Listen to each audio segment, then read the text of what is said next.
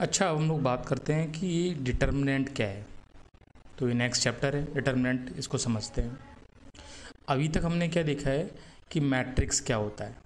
ठीक है, मैं आपसे ये कहूँ कि भाई कोई मैट्रिक्स है तो मैट्रिक्स का ऑर्डर फिर हम डिफाइन करेंगे।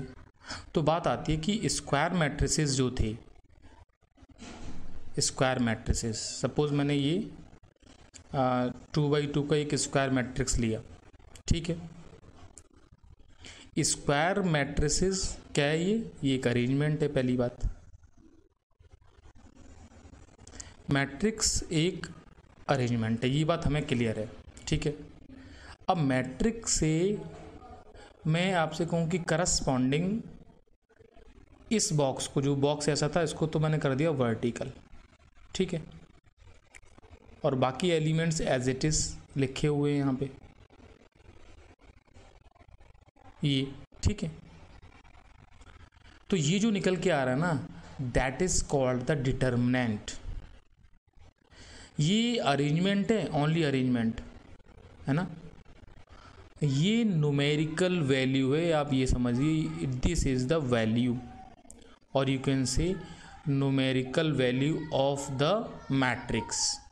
मीन्स सबसे पहली कंडीशन होनी चाहिए कि स्क्वायर मैट्रिक्स जो था, स्क्वायर मैट्रिक्स, उस स्क्वायर मैट्रिक्स के करस्पॉन्डिंग हमें एक न्यूमेरिकल वैल्यू मिलेगी और जिसको हम डिटर्मिनेंट बोलते हैं। इतनी सी बात समझनी थी। अच्छा, रिप्रेजेंटेशन ऑफ डिटर्मिनेंट के जो मेथड्स हैं वो कुछ लोग ऐसे लिख देते हैं और कुछ लोग इसी को डिटर्मिनेंट का डैट ले लेते हैं, डैट ऑफ ए। तो क्या बात समझ में आई? फर्स्ट ऑफ ऑल, जितने भी स्क्वायर मैट्रिक्स थे उनकी करस्पॉन्डिंग, उस अरेंजमेंट के करस्पॉन्डिंग एक न्यूमेरिकल वैल्यू फाइंड करनी है, that is called the determinant. तो ये कंफर्म हो गया कि डिटर्मिनेंट जो है वो स्क्वायर ऑर्डर के मिलेंगे। तो ऑर्डर ऑफ डिटर्मिनेंट जैसा कुछ सोचने वाली बात ही नहीं है। ठीक है, हमें करना क्या है? फर्स्ट ऑफ ऑल कि स्क्वायर मैट्रिक्स को फिर ये वाला जो साइन था उस साइन को हमें कन्वर्ट कर देना है। किस साइन में? इस वर्टिकल साइन में कन्वर्ट कर देना है। और ऐसा जो लिखा हुआ जो भी मिले उसको हम क्या बोलेंगे? डिटर्मिनेंट बोलेंगे। और डिटर्मिनेंट होगा क्या? Determinant is the numerical value. ये तीन बातें डिटर्मिनेंट की डिसाइड हो गई। तो मैं फिर रिपीट करता हूँ, मैट्रिक्स के करस्पॉन्डिंग मुझे मिलेगी एक न्यूमेरिकल वैल्यू, उस न्यूमेरिकल वैल्यू को मैं बोलूँगा डिटर्मिनेंट। मैट्रिक्स भी कैसी होगी? स्क्वायर मैट्रिक्स होगी, और उसका जो रेक्टेंगुलर बॉक्स टाइप का था वो पैरेलल लाइंस फॉर्मेशन में कन्वर्ट हो जाएगा। Got it? यहाँ तक की बात समझ में। अब हम लोग बात करते हैं थर्ड ऑर्डर डिटर्मिनेंट की। तो वो कहाँ से आएगा? वो 3 ऑर्डर की मैट्रिक्स से निकल के आएगा। तो 3 ऑर्डर की मैट्रिक्स आप बना लें। ठीक है, ये उसके करस्पॉन्डिंग पोजीशन वाइज हम लोगों ने एलिमेंट्स डिसाइड कर लिए। अब मुझे यहाँ पे यदि मैट्रिक्स बनानी है, सॉरी ये 3 2 है ना, तो मैट्रिक्स के करस्पॉन्डिंग तो ये वाला बॉक्स आ जाएगा, ये वाला। और सपोज इसी को मुझे डिटर्मिनेंट में कन्वर्ट करना हो, इसी बात को, तो मैं डिटर्मिनेंट में कन्वर्ट करके ये सिंबल यूज़ करूँगा, और यहाँ पर भी ये वर्टिकल लाइन सिंबल ही यूज़ हो जाएगा। और इन एलिमेंट्स को मुझे यहाँ पर बस लिखना है। तो ये क्या क्या है? A11, A12, A13, A21, A22, A23, A31, A32, A33। It is the 3x3 order determinant. तो ये बात समझ में आ गई कि मैट्रिक्स इज द अरेंजमेंट, ये अरेंजमेंट है, and this is the numerical value. Got it? तो करस्पॉन्डिंग स्क्वायर मैट्रिक्स के हम लोगों ने डिटर्मिनेंट फॉर्म कर लिए। अब बात आती है कि वैल्यू ऑफ द डिटर्मिनेंट क्या होती है। अब हम जो नेक्स्ट हेडिंग है अपनी, मान लें उसको वैल्यू ऑफ डिटर्मिनेंट। ठीक है, डिटर्मिनेंट को डिनोट करने का प्रोसेस हमने देख ही लिया था, कैसे डिनोट करते हैं। अब किसी भी डिटर्मिनेंट की वैल्यू कैसे फाइंड करेंगे? तो जैसे सपोज मैं कहूँ कि मेरे पास एक डिटर्मिनेंट है या फिर मैं कहूँ पहले मेरे पास एक मैट्रिक्स है और वो मैट्रिक्स है सिर्फ A11, मीन्स ये कौन सा ऑर्डर हो गया, ऑर्डर 1। तो मैं यहाँ ऑर्डर 1 या 1/1 लिख देता हूँ। अब इसके करस्पॉन्डिंग मुझे सपोज डिटरमिनेंट फाइंड करना है तो वो ये हो जाएगा, और फाइनली इसकी वैल्यू करस्पॉन्डिंग ये आ जाएगी। तो आंसर भी यही आ जाएगा बस, A11, ये न्यूमेरिकल वैल्यू जो भी है। सपोज जैसे कोई मुझसे ये कहे कि भाई ये जो A11 है, मतलब इसका जो एग्जांपल यदि मैं लेना चाहूँ और मुझसे ये कहा गया कि find the determinant of A is given and this is suppose matrix form 3, then the value of determinant A is 3 इसका आंसर आ जाएगा। तो अपने पास जो ऑर्डर था वो फर्स्ट ऑर्डर कौन सा देख लिया हमने, 1/1। अब हम लोग सेकेंड ऑर्डर के लिए बात करते हैं, और order you can say 2/2, order 2/2, क्योंकि स्क्वायर मैट्रिसेस के ऑर्डर 1/1 2/2 यहीं से स्टार्ट होंगे। तो इसके करस्पॉन्डिंग फिर एक एग्जांपल ले लेते हैं। मैट्रिक्स ले ली हमने, सपोज 2/2 की मैट्रिक्स ये ले ली मैंने, A11 A12 A21 A22। अब बात आती है इसके करस्पॉन्डिंग मैट्रिक्स के करस्पॉन्डिंग डिटर्मिनेंट की वैल्यू। इसको मैं इस तरीके से भी लिख सकता हूँ, डिटर्मिनेंट A, ये आपको लिख के या फिर कोई ऐसे लिख के बता दे मुझे, है ना। ये तो इसमें क्या है, इसमें एक सिंपल सा लॉजिक है, मतलब आप तो पहले इसको लिख लो भाई डिटर्मिनेंट क्या है, ये A11 A12 A21 A22, ये 2 रोज हो गई, 2 कॉलम्स हो गई। तो इसमें करना क्या होता है, यहाँ से इधर मल्टीप्लाई करना होता है और माइनस टाइम्स ये मल्टीप्लाई करना होता है।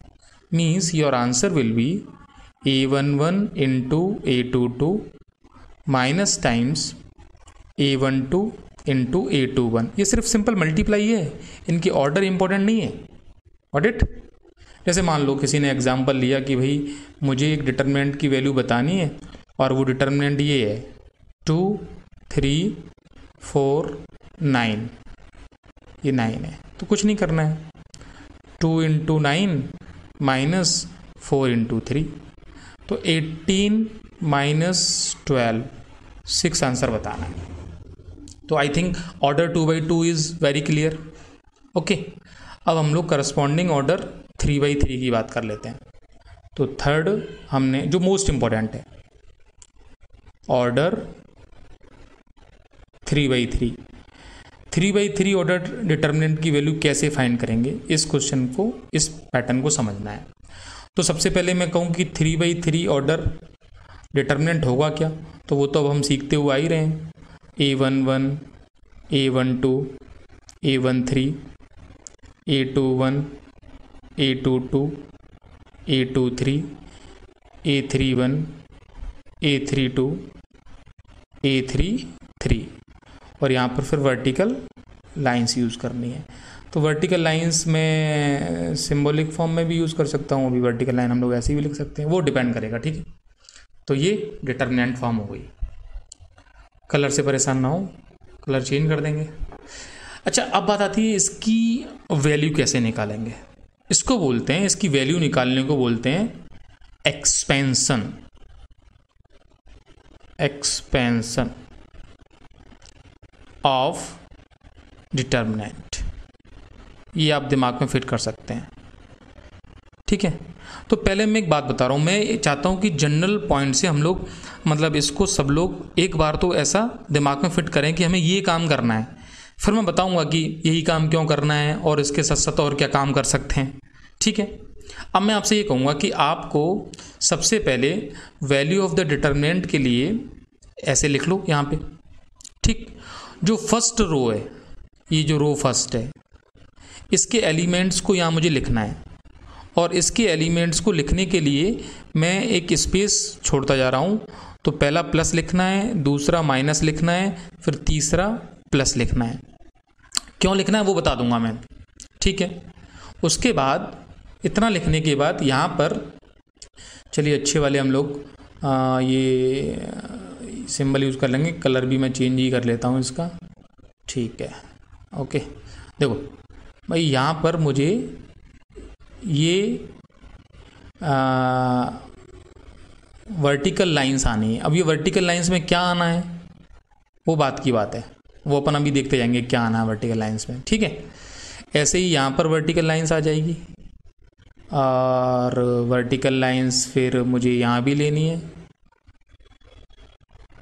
एक्चुअली इन वर्टिकल लाइंस में पता क्या आएंगे, डिटर्मिनेंट्स आएंगे और इनको बोलते हैं, बोलते भी हैं इनको, क्या बोलते हैं वो भी आगे सीखेंगे, लेकिन अभी फ़िलहाल के लिए काम करते हैं। अभी जो मैं समझाना चाह रहा हूँ वो समझिए। इस फर्स्ट, जैसे ये क्या लिखा है A11, ठीक है, क्या लिखा है यहाँ पे A11 लिखा है। इस A11 की करस्पॉन्डिंग मतलब A11 किसको रिप्रेजेंट कर रहा है, first row and first column. इसी को क्लोज कर लो। अब क्लोज करने के लिए मैं आपको एक क्लोज करके दिखा रहा हूँ। देखिए मैंने पेन चेंज कर लेते हैं, इसको क्लोज किया, इसको, और मैंने इसको क्लोज किया। जो बच गया ना वो एक डिटर्मिनेंट फॉर्म में 2/2 का डिटर्मिनेंट है, उसको मुझे यहां लिखना है A22, A23, A32, A33। Yes और नो। सेम प्रोसेस से जब मैं 1-2 पे आ रहा हूं इस पे, तो ये वाला मैं एक बार इसको हटा देता हूं भाई, ये तो नहीं हटेगा, फिर ये हट जाएगा। अभी रुको, इसको तो 3-3 लिख देता हूँ मैं। मान लो मैंने इसको इरेज मार लेता है, ये हटा लेते हैं। चलिए भाई, इतना सारा मत हट जाना, ये हट गया। इसको तो मिला देते हैं, डिटरमिनेंट है। देखिए अब मुझे A12 के करस्पॉन्डिंग यहाँ से ये हटाना है, मीन्स मैं ये इसको हटाऊंगा, इसको। रो तो फर्स्ट हटेगी लेकिन कॉलम सेकंड हट जाएगा। तो क्या बचेगा, ये बचेगा। तो एक बार इसको भी मैं यहाँ पे लिख देता हूँ। क्या बचा, ये बचा A21, A31, A23, A33। बात समझ में आ रही होगी। अब जब हम बात आएगी नेक्स्ट स्टेप पे, तो इसको थोड़ा सा छोटा कर लूँगा बाद में, भी काफ़ी बड़ी रबड़ है ये, है ना भाई। चलो भाई साहब, अपना काम खत्म हो गया। नेक्स्ट पे आ जाते हैं। अब मुझे 1-3 की करस्पॉन्डिंग इरेज करना है, तो मैं यहाँ पे उस ब्रैक मतलब ये कॉलम को ले लिया, तो ये बचेगा, तो उसको मैं यहाँ लिख देता हूँ। क्या क्या बचेगा भाई, A21, A31, A22, A32। अब तो ये 2/2 ऑर्डर के डिटर्मिनेंट्स हैं जिनकी value this minus this use करनी है। ये साइन यहाँ रहने देना है, यहाँ पे फिर this multiply minus this multiply minus multiply, तो उससे क्या आ जाएगी, वैल्यू ऑफ द डिटर्मिनेंट आ जाएगी। तो मैं यहाँ लिख रहा हूँ इसको, वैल्यू ऑफ द डिटर्मिनेंट को देखना आप लोग। देखिए A11 यहाँ आएगा A22 into A33 minus A23 into A32। What it, ये माइनस ऑलरेडी मुझे लिखना पड़ेगा यहाँ पे। फिर ब्रैकेट में आएगा A21 into A33 minus A31 into A23, फिर यहाँ प्लस A13, और यहाँ पे आ जाएगा A21 into A32 minus A22 into A31। अब चाहो तो इस स्टेप में इसको एक्सपेंड कर दो, अंदर मल्टीप्लाई कर दो, अदरवाइज इस फॉर्मेशन को यहीं से लर्न करो ना, क्यों मल्टीप्लाई और ये सब करना हमें। This is called the expansion of determinant in first row. देखिए मैं यहां पर जो यूज कर रहा हूं वो फर्स्ट रो के एलिमेंट्स को यूज कर रहा हूं, तो इसलिए इसको मैंने बोला है expansion in the first row. और अभी मैं चाहता हूं कि आप लोग कम से कम इतना तो समझें कि इस फॉर्मेशन में सर ने फर्स्ट रो के अलोंग एक्सपेंड किया है और ये आंसर आ गया है, और यहां से न्यूमेरिकल वैल्यू हम लोग इजीली निकाल देंगे उसकी। Got it. अच्छा, तो ये बात समझ में हमें आ गई कि डिटर्मिनेंट का जो एक्सपेंशन है वो हमने ये कर दिया, ठीक है भाई, ओके। तो सपोज़ जैसे मैं एक एग्जांपल लूँ और मैं उस डिटर्मिनेंट को सॉल्व करने के लिए कोशिश करूँगा, ठीक है। 1 2 3 -1 0 1 0 2 1, सपोज ये ले लिया। अब मैंने जो रूल बताया था उसी रूल के अकॉर्डिंग चलते हैं हम लोग। तो 1 लिखूँगा मैं, 1 के साथ मुझे 0 2 1 1 लिखना है, फिर -2 आएगा, -2 के साथ -1 0 1 1 आएगा, फिर प्लस का 3 आएगा, है ना। प्लस के 3 के साथ क्या आएगा, -1 0 0 2। फाइनली इसको सिंप्लीफाई करते हैं और सिंप्लीफाई करके देखते हैं। इट इज़ द 1, यहाँ आएगा 0 -2, इट इज़ द -2, यहाँ आएगा -1 -0, इट इज़ द +3, यहाँ आएगा -2 एंड +0 और -0 you can say. This is the -2, this is the +2 and this is the -6। Your answer is -6। Got it? ये बात सिंपल समझ में आ गई। अब इम्पोर्टेंट बात समझो, मैंने बोला था कि इस मेथड को बोलते हैं expansion in the expansion of determinant, ये बताया था ना। और ये जो लिखा है ना, ये कहलाता है एक्सपेंशन अलोंग R1, रो 1 के अलोंग एक्सपेंशन कहलाता है ये। और मोस्ट इंपॉर्टेंट बात है कि आप इस डिटर्मिनेंट को किसी भी रो या कॉलम के अलोंग एक्सपेंड करेंगे, आंसर यही आएगा -6। बस एक छोटा सा फॉर्मेशन याद रखना है, वो सुनो। देखिए, आपके पास 3/3 ऑर्डर का जो डिटर्मिनेंट है उसके लिए एक साइन रूल वो याद रखना है। वो साइन रूल कैसे आएगा? वो साइन रूल आएगा इस प्रॉपर्टी से। देखिए, -1 टू पावर i + j, क्या मीनिंग है? यहाँ पर होता है a11, तो a11 के करस्पॉन्डिंग मुझे मल्टीप्लाई करना है -1 टू पावर 1 + 1, यानी -1 का स्क्वायर, यानी +1 हो जाएगा, तो यहाँ प्लस आ जाएगा। फिर a12 वाली पोजीशन में ध्यान से देखूंगा तो -1 टू पावर 1 + 2, ये आ जाएगा -1, तो यहाँ माइनस आ जाएगा। फिर यहाँ 1 3 पे प्लस आ जाएगा। यहाँ जो पोजीशन है वो 2 1 है, तो a21 के करस्पॉन्डिंग में चेक करूँगा तो -1 टू पावर 2 + 1 यानी -1 आ जाएगा। मीन्स ये मैं एक साइन सेटअप आपको बना दे रहा हूँ। और याद करने का तरीका सुनो, अल्टरनेट है, plus minus plus, plus minus plus, plus minus plus.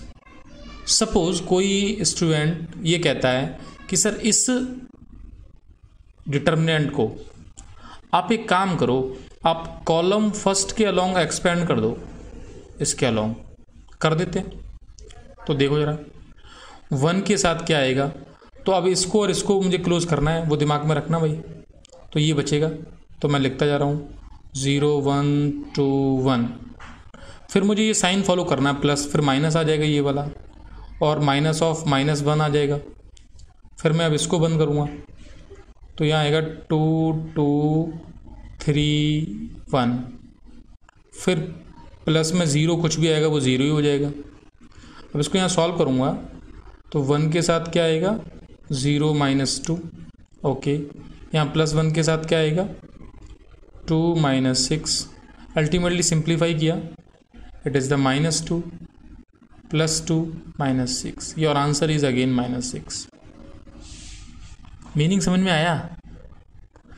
You can expand determinant along any row और column, answer will be the same, there will be no change in the value of the determinant. कोई भी change नहीं होगा determinant की value में, ठीक है। तो डिटर्मिनेंट की वैल्यू में जब कुछ भी चेंज नहीं होगा तो मैं कहीं भी एक्सपेंड कर सकता हूँ इसको। Got it? मैंने अभी ये जो एक्सपेंशन किया है वो कहाँ किया है, इसको मैं यहाँ लिख देता हूँ अलोंग कॉलम 1, और पहले कहाँ किया था अलोंग, ये जो एक्सपेंशन था वो कहाँ था अलोंग रो 1। आप कहोगे सर कॉलम 1 और रो 1 के अलॉन्ग ही किया है, आप और कहीं करके देखो तब आंसर में चेंज है, कहीं चेंज नहीं आने वाला है। जैसे इसके अलॉन्ग एक्सपेंड करूँ मैं यहाँ पे, बस साइन सिस्टम याद रखूँगा, तो मुझे एक्सपेंशन इधर करना है। अब तुम लोग देखते रहना, मैं यहीं कर देता हूँ, फिर क्वेश्चन चला जाएगा। यहाँ करूँगा तो पहले आएगा माइनस, तो माइनस माइनस हो जाएगा प्लस, और इसको क्लोज करेंगे, देखो इसको क्लोज करेंगे और इसको क्लोज करेंगे तो 2 2 3 1 बचेगा। 2 2 मतलब 2 2 इधर है, 3 1, फिर मेरे पास प्लस साइन आएगा, प्लस में 0 है तो कुछ नहीं लिखना है यहाँ पे। फिर मेरे पास माइनस आएगा, माइनस में 1 है तो मुझे क्या लिखना है, 1 0 और 2 2 ये आएगा। तो इसको सिंप्लीफाई किया, 2 - 6, और यहाँ से देखा पीछे वाला -2 बचा, अगेन -6 आ गया। अब मेरी बात समझ में आ रही होगी आपको, गॉट इट? मीन्स अल्टीमेटली जो मैं समझाना चाह रहा था वो सुनो। किसी भी मैट्रिक्स से जो डिटर्मिनेंट बनता है, उस डिटर्मिनेंट को आप किसी भी रो या किसी भी कॉलम के अलोंग एक्सपेंड करें, the value of determinant will not change. Value of determinant हमेशा कैसी आएगी बेटा, सेम आएगी, ठीक है? तो आप इस डिटर्मिनेंट को कहीं भी एक्सपेंड कर लेना, वैल्यू में कोई चेंज नहीं होगा। तो अच्छा एक नोट आता है कि जब कहीं भी एक्सपेंड करें तो हमें वैल्यू तो निकालनी है ना, तो हम कहाँ एक्सपेंड करें, expand along the any row और column which contain maximum number of zero. क्यों?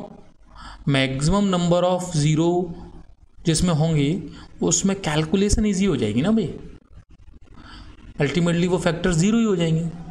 तो जब कहीं भी एक्सपेंस करना है, मुझे एक्सपेंशन कहीं भी करना है, वो वैल्यू मुझे निकाल के देगा, तो मैं क्यों ना मैक्सिमम नंबर ऑफ ज़ीरो वाले कॉलम या फिर रो के अलोंग एक्सपेंड करूं। अच्छा, किसी एक रो में किसी एक कॉलम में ही करना है, ये भी याद रखना। यदि मैं नोट नंबर 2 की बात करूं तो इन एनी रो, अब एक ही रो में करना है, इन एनी रो और कॉलम, तो ये और याद रखना। ऐसा नहीं है कि रो में करते करते मन किया उठ के कॉलम में चले गए, है ना, ऐसा नहीं करना है। किसी पर्टिकुलर रो में कर लो, R1 के अलोंग कर लो, R2 के अलोंग कर लो, R3 के अलोंग कर लो आप, इट्स ओके।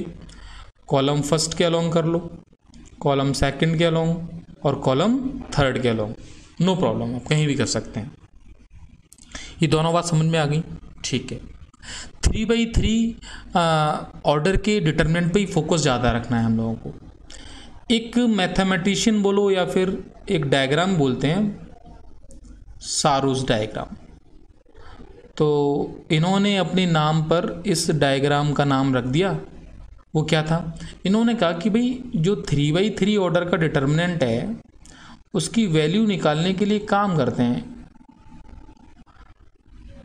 जैसे मैं इनके एलिमेंट्स को लिख रहा हूँ, जो भी ये सॉरी ये गड़बड़ कर दिया मैंने, 1 2 है, A11 A12 A13 A23 A33, मान लो ये डिटरमिनेंट मुझे दिया हुआ है, ठीक है भाई। इस डिटरमिनेंट की वैल्यू कोई मुझसे पूछ रहा है, तो सारूस डायग्राम ने या फिर सारूस ने क्या किया कि हम फास्ट कैलकुलेशन करेंगे।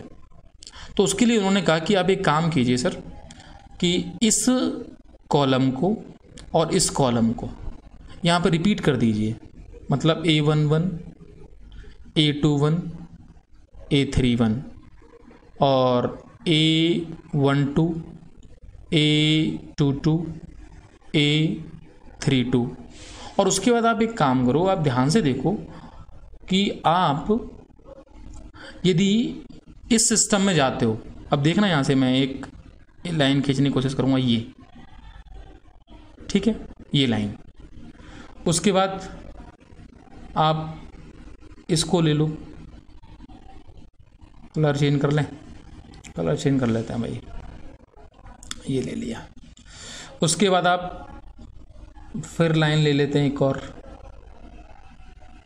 ये मल्टीप्लाई देखना उसके अलोंग ही होगा, ये ये 3 ले लो आप, इनके अलोंग आ जाओ, मतलब इस एरो के अलोंग आ जाओ, इस एरो के अलोंग और इस एरो के अलोंग, और जो भी सेटअप आ रहा है उनके मल्टीप्लाई कर लो। ये थोड़ा सा इधर कर लेंगे हम लोग। Means A11 A22 A33 plus A12 A23 A31 plus A13 A21 A32, ये सब प्लस के आ जाएंगे।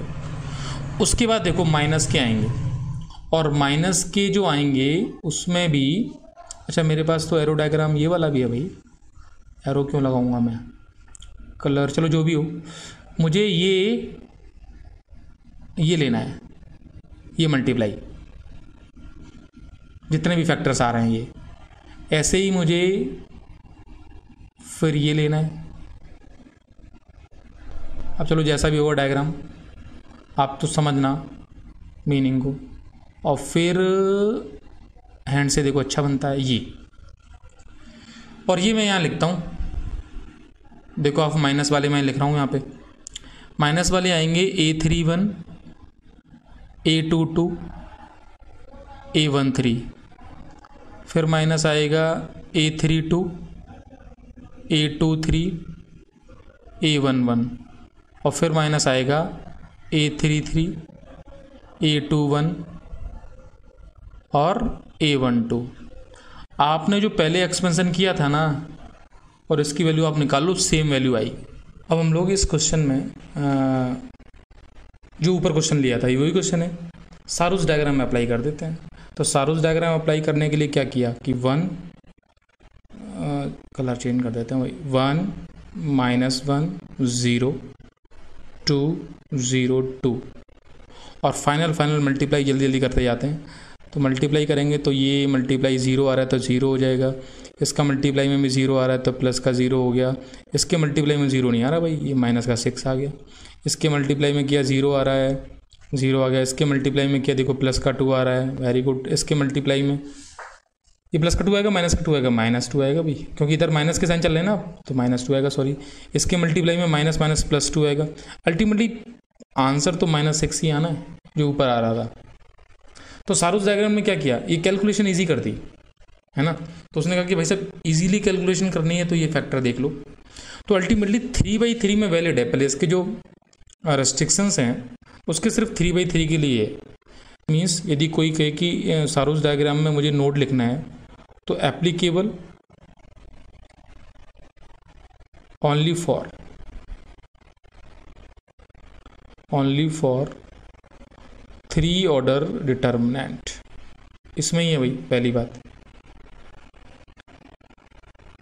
3 ऑर्डर डिटर्मिनेंट के लिए ही मुझे अप्लाई करना है।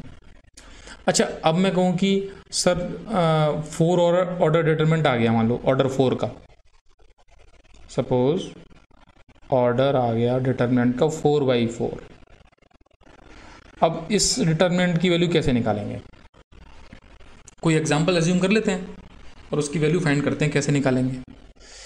तो एक काम करते हैं, एक डिटर्मिनेंट को हम लोग फ्रेम कर ही लेते हैं, 4 ऑर्डर के डिटर्मिनेंट को। तो मैं लाइंस तो ले ही लूँगा कम से कम अच्छी सी, फिर बाद में आती नहीं है ना भाई। हाँ अब देखिए 4 ऑर्डर डिटर्मिनेंट में जैसे एलिमेंट सपोज आ गए 1 2 3 -1, 0 डालने की कोशिश कर ले रहे हैं हम लोग, 0 1 -1 0 2 3 -1 0 1 -1 0 0। तो देखो ये तो बहुत इजीली सॉल्व हो जाएगा। यदि कोई मुझसे कहे तो मैं तो इसको जो कॉलम नंबर 4 है ना इसमें एक्सपेंड करूँगा, लेकिन अब मेन एम क्या है वो समझना है। इसको एक्सपेंड करना है जस्ट एक्सपेंशन मेथड, है ना। सारूस यहाँ पर कुछ नहीं करेंगे। मीन्स मुझे क्या करना है, जैसे मैंने सपोज अलोंग R1 किया, तो R1 के अलोंग जो मेरी पूरी फिलॉसफी होगी वो ये होगी कि 1, फिर यहाँ पर जो मैं प्लेस करूँगा तो 3/3 का ये बचेगा, वो मैं लिख दे रहा हूँ एक बार, 1 -1 0 3 -1 0, समझ में आ रहा होगा आपको, -1 0 0। अल्टीमेटली इसकी वैल्यू 0 हो जाएगी। क्यों हो जाएगी उसका रीज़न भी, अच्छा वो वाला फैक्टर याद रखो, -1 to power i + j, उससे तुम्हें समझ में आएगा कि ये प्लस होगा, अगला माइनस होगा, -2 आ जाएगा। -2 में फिर आएगा 0 2 1 -1 -1 0 और ये बेचारा 0 0 0 ही होगा, अच्छी बात है। फिर प्लस का 3 आएगा, प्लस के 3 में 0 2 1 1 3 -1 और ये फिर 0 0 0 ही लेके आएगा। और लास्ट में यहाँ पे प्लस माइनस प्लस माइनस, तो माइनस माइनस वो प्लस हो जाएगा। अब यहाँ पे आएगा 0 2 1 1 3 -1 -1 0। और स्पेशल बात पता क्या है, अब ये भी 0 है। अब क्यों 0 है वो अभी थोड़ी देर बाद आपको पता चलेगा, आप एक्सपेंड करके देख लो। तो मैं तो यही एक्सपेंड करूँगा ना, इसमें इसको इसमें करूँगा, इसको इसमें करूँगा। भाई मैं एक्सपेंड करने के लिए क्यों दूसरी रो या कॉलम को यूज़ करूँगा। मैंने भी बताया था कि उस रो या कॉलम को यूज़ करो जिसमें मैक्सिमम नंबर ऑफ जीरोज हो। तो फाइनल 4/4 ऑर्डर के डिटर्मिनेंट की वैल्यू 3/3 के इक्वल आ जाएगी। इसको इजीली सॉल्व कर लो। तो पहला 0 है, छोड़ दो, दूसरे में -1 है, इसके साथ देख लो मल्टीप्लाई करके, तो -1 के साथ ये हो जाएगा 0 और +1 तो 1 आ जाएगा। फिर प्लस माइनस प्लस तो -1 आएगा और इसके साथ मल्टीप्लाई में -2 और इधर से आएगा -3। इसको सिंप्लीफाई किया तो -1 और ये minus minus +6, your answer is 5। Means सोचो सेम पैटर्न यूज़ किया और 4/4 ऑर्डर डिटरमिनेंट की वैल्यू हमने फाइंड कर ली बाय द एक्सपेंशन मेथड। तो ये बात क्लियर होती है कि हम लोग सारोस डायग्राम का यूज़ तो सिर्फ 3/3 के लिए करेंगे। अदरवाइज जब भी हमें कभी डिटरमिनेंट की वैल्यू फाइंड करनी है तो हम उसमें एक्सपेंशन मेथड का ही यूज़ करेंगे। We can expand along any row और कॉलम। Got it.